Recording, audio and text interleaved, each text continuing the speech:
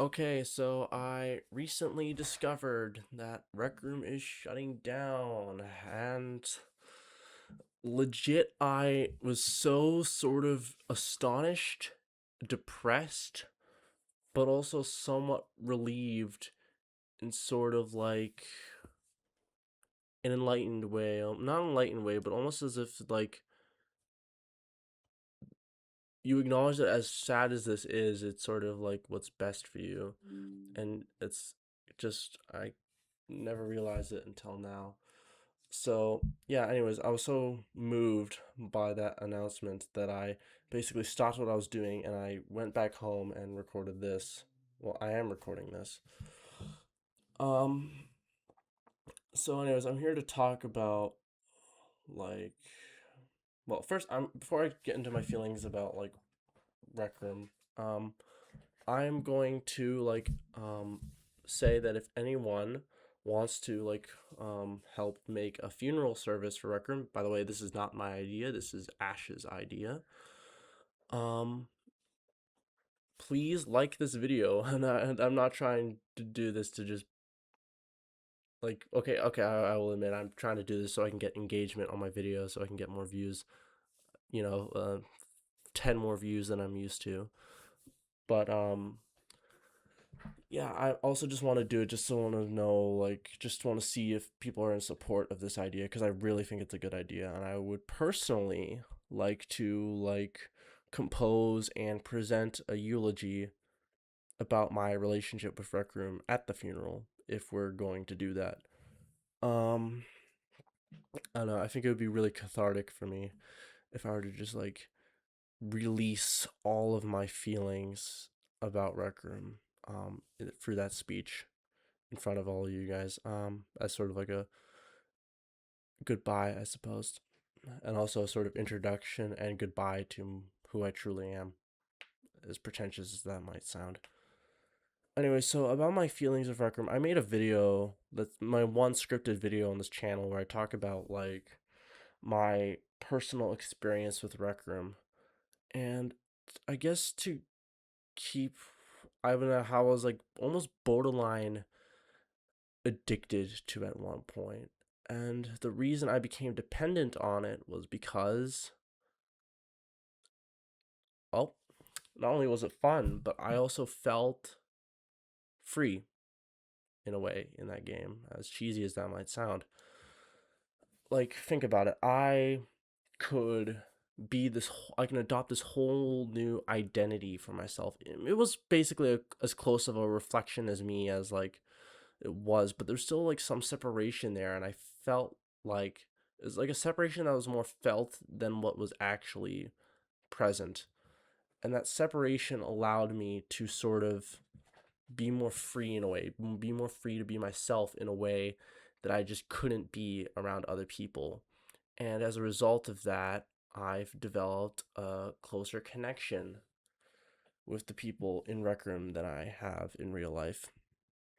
And I think many people in Rec Room feel the exact same way because let's be honest, Rec Room is not a social game. It's sort of like, despite, well, it's technically a social game, but it's predominantly composed of, well, fairly antisocial people. Not in like a psychopathic way, but just like as a sort of shy, introverted kind of way, like the more healthy kind. And so I could be this whole other person. And another sort of benefit I had to playing Rec Room is that there's all these games that I could play, that I could pursue in some sort of way. I was like involved in sports at the time when I was like getting really into Rec Room. However, not really. Like I was not fully present. I remember one time, not to brag or anything, but I was like a borderline star athlete, borderline.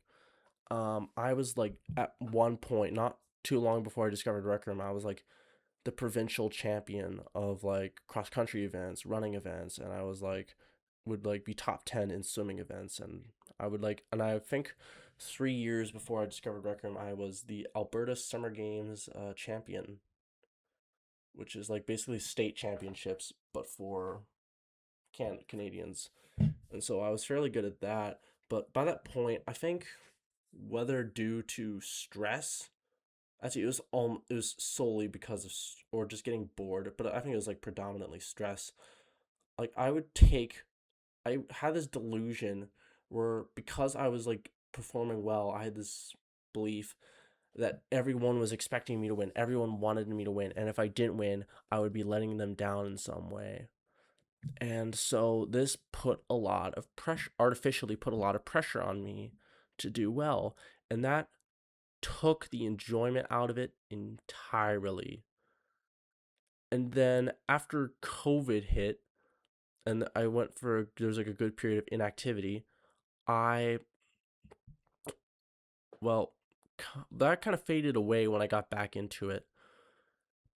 I don't know why, but I guess like maybe something like I think instead of developing anxiety like I did in the past, I started to develop depression and an almost nihilistic attitude from being socially isolated all the time because I feel like without the people in your life, you start to become convinced that nothing really matters because I feel like we're nothing without the people in our lives. So, anyways, and that sort of fact sort of conditioned me into having this nihilistic attitude towards things where nothing really mattered because I didn't matter to anyone else, at least not during COVID. And I never, and of course, I was fairly withdrawn before COVID, but I had like other things like school and academics, no, academics and like athletics to distract me from that.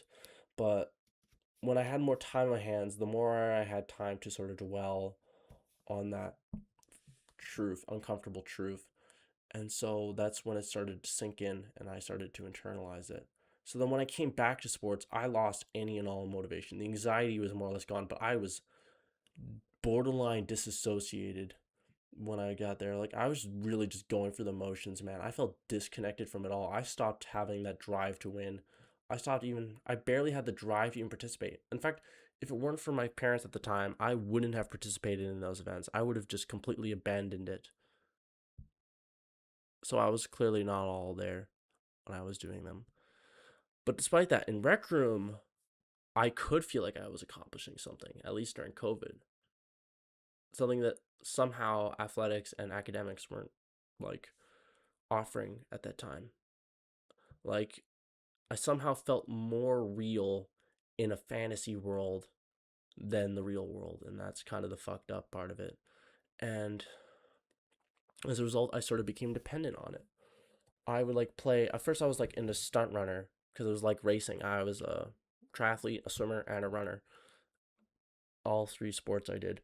And so like that obviously would appeal to me. And also there's a lot of cool tech you could do to do a bunch of shortcuts.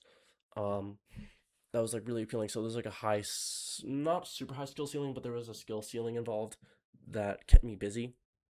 But I think I reached a point like right when I got under 4 minutes where I just couldn't get better, or at least it was a lot of work to get better. So I kind of moved on to paintball. And paintball I was really into for some time. Like I think I accrued over both accounts, my Kid B account or Lulu, my Lulu account and my Siam Twin account, or now the Twin.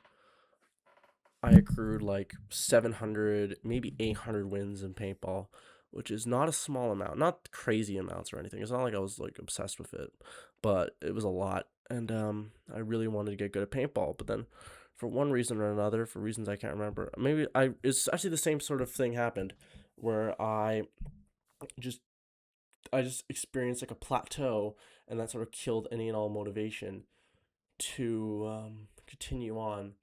And that sort of is like a common pattern in my life where every time I get good at something, I get hyper fixated on it. But then right when I like reach a plateau where I stop progressing, I just feel tempted to quit because like during those times where I'm getting better, I have these like grandiose delusions where I feel like, oh, this is my calling. This is like what I'm meant to do. And this is like what I was born to do. And because of that, I developed really high expectations of like what I could achieve. But when I reach a barrier, I feel like a plateau. I feel betrayed. I feel like personally betrayed somehow. I betrayed myself essentially. and that just kills any and all motivation to continue. So I just like moved on to quests, and quests I was more committed to than the other two. I became like a speedrunner. I was primarily a Crimson Cauldron speedrunner, but I played it all the quests. I could easily solo any of the 5 quests, even today, even though I'm not as good as I used to be, because I still have all the enemy spawn memorized. And so I got pretty good at quests. But then eventually, I think over December of 2023, I discovered, or well, climbing. I discovered rock climbing, rec room rock climbing. And I think I discovered it because I went to W rock climbing, and boy, was hooked. I think it was the Everest climb that got me hooked because like it was sort of like the talk of the town. It was like the easy. It was like a challenge for if you were a complete newbie, but like of course when you get to a certain level of skill, it is like a cakewalk. So easy. It's not even long. You can, hell, I can beat it in under 8 minutes, and I'm not even that good. In fact, I'm not good at all. So, anyways, but I felt like such a sense of accomplishment. It felt like I was like triumphing over like my fears, my anxieties, my worries, my insecurities in some way. Of course, that sounds ridiculous, but by accomplishing things in this fantasy world, I could delude myself from the or distract myself from the thoughts that tell me I'm worthless, that tell me I'm a loser, and tell me that I'm not going anywhere with my life, and that I mean absolutely nothing to people. So so it felt like a triumph when I did complete something, but really, in actuality, I was kind of losing touch from reality. One thing that was like maybe helping a little bit. There's one silver lining though. It was the people I met in the game. People like Epic Otter, Bullet, um, B-Man to a lesser extent, but also Ketchup, Lenny. I've I've become really close to them. Or not very close to them, but I've gotten fairly close to them, and they feel like a simulacrum of like actual friends. Simulacrum basically means fake imitation, I suppose. But that imitation felt so real that it dissuaded me or demotivated me from ever like venturing out and meeting real life people. So I, well, I socially withdrew. I every time I could have the opportunity, I was done with school and I was done with sports, and any opportunity, even after COVID was over, I could have like socialized with people. I just didn't want to do it. I just preferred being in rec room because I was worried people would judge me. I was worried people would recognize how I would like feel the same way as how I view myself. I didn't want people to see that because I felt like if they realized that, they would tell me, or I would gauge or sort of like perceive it based off like their actions, and it would sort of validate everything I don't like, every bad or sickening or evil voice that tells me that I'm worthless. And that's the last thing I wanted because that kills any and all motivation for me to continue. I will be totally frank. So it sounds like Rec Room has been a primarily negative thing. And for me, because like I used it and I sort of developed a dependency on it, it sort of has been. But that still doesn't doesn't take away from the fact that I've met so many great people and they've given me the closest thing to warmth and belonging that I've ever felt in a long time. And I appreciate all of you for that.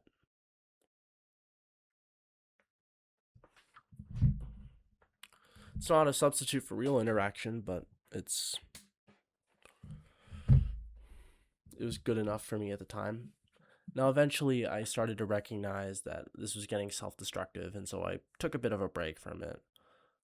Sometimes I would get a little bit too into it every once in a while, but it was nothing too damaging, I'd say.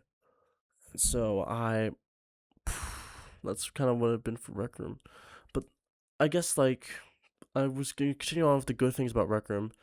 Is like the good things about Rec Room is that there was like a fair amount of like I never partook in this to a great extent, but there was so much creativity and artistic expression in the community with like the maps that they would build, the artworks that they would make, stuff that I could never even make if I tried. And it was almost wondrous. And it really helped immerse me in the fantasy world, which again kind of like helped form that dependency. Another thing that is that I could like this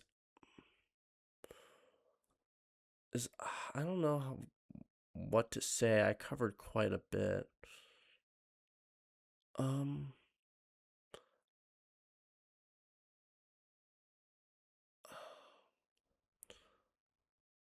yeah. Anyways, I think that's I was sort of lost on me.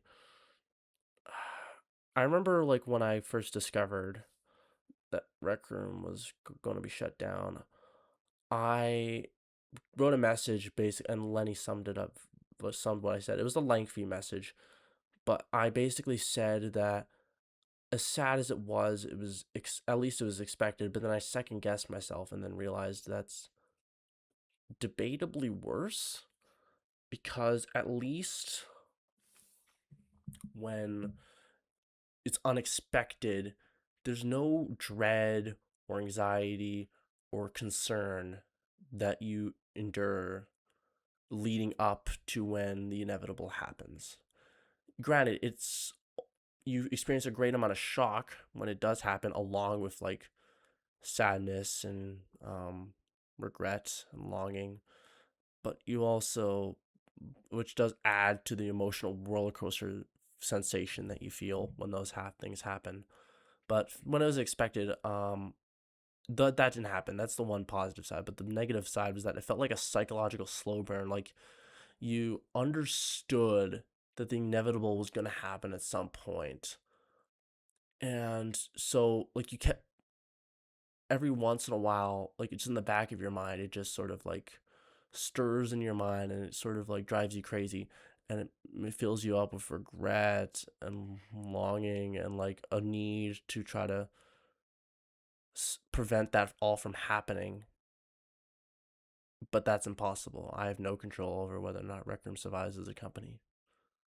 Not really. Maybe like all of us collectively do, but not just me alone. And so when the inevitable does happen, like it's just this psychological slow burn, and it just constantly weighs on you in the on a subconscious level, sometimes a conscious level, but it's mostly a subconscious level.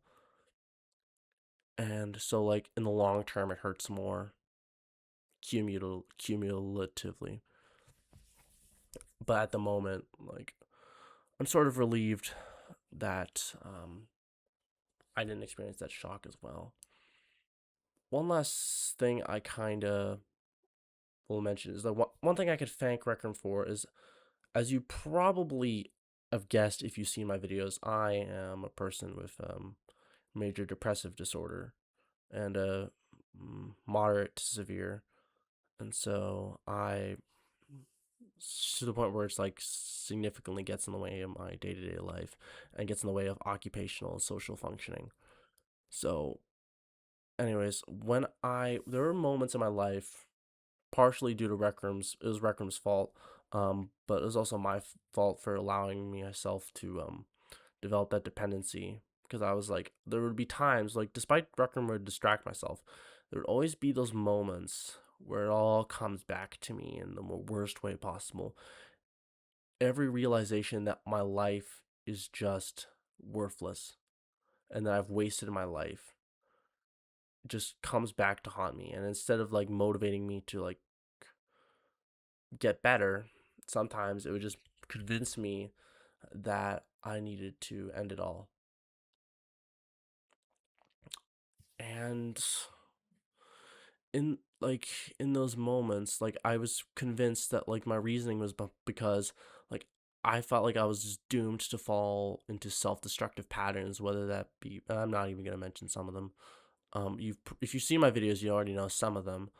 And like I'm just going to keep succumbing to that, and if it's not And every time I'll try, I'll just like keep relapsing over and over and over again. So what's the point? You might as well just cut it short. Just prevent yourself from falling into that self-destructive cycle again for good.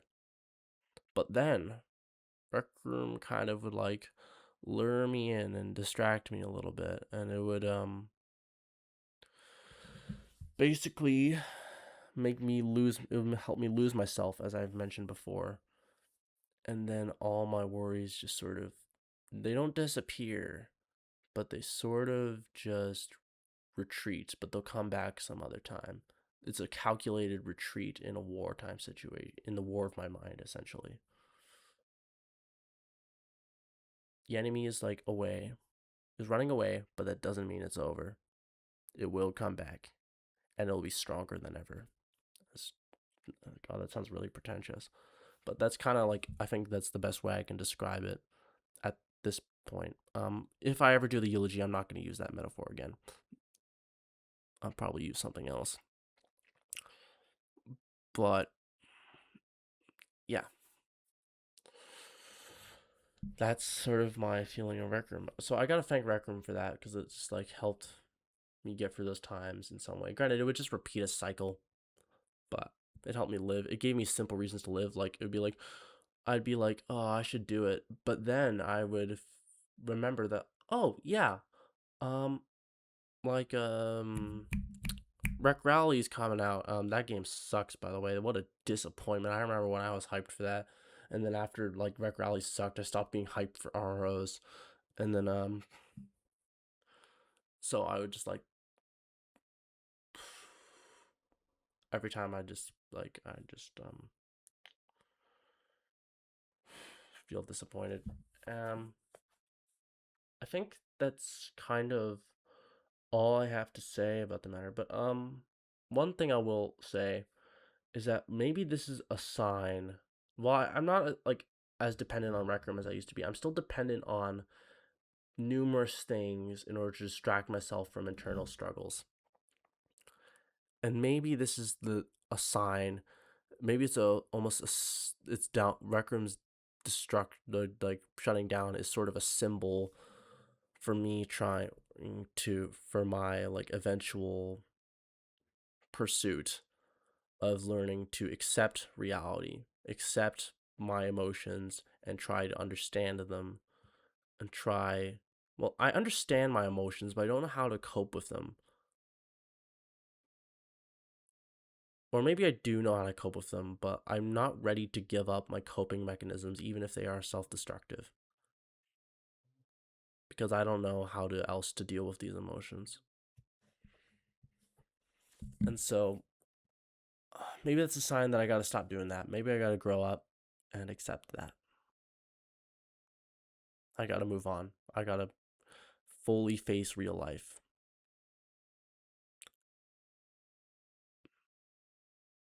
And maybe Rec Room's downfall taught me that. It took me, I could have taught myself long ago, but maybe now, like, I finally internalize it.